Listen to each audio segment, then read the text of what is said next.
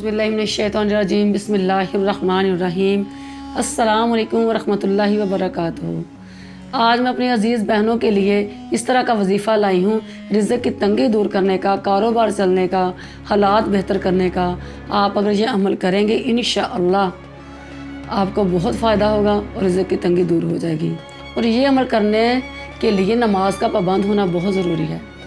अल्लाह फरमाता है, इब्ने आदम जब तू सजदे की हालत में होता है, नमाज की हालत में होता है, अगर तू देख ले कि तेरे सामने कौन खड़ा है और तू किसके सामने खड़ा है और तेरे ऊपर कितनी रहमतें उतर रही है, तो कभी सजदे से सर ही ना उठाए।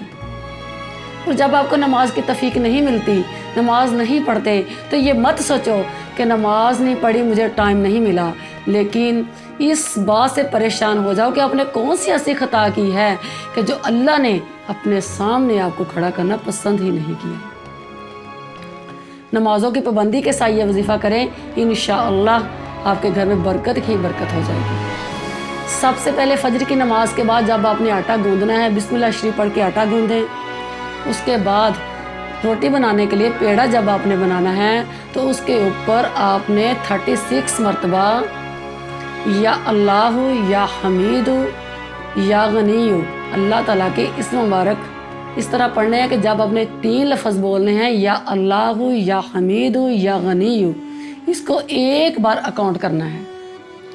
फिर दूसरी बार पढ़ना है, या अल्लाह या गनीयु या हमीद, या अल्लाह या हमीद या गनीयु, इसको भी आपने दूसरी बार अकाउंट करना है। इसी तरह 36 मरतबा आपने पढ़ना है। पढ़ के उस पेड़े की रोटी बना लेनी है। रोटी बना के उसके छोटे छोटे टुकड़े करके परिंदों को डाल दें।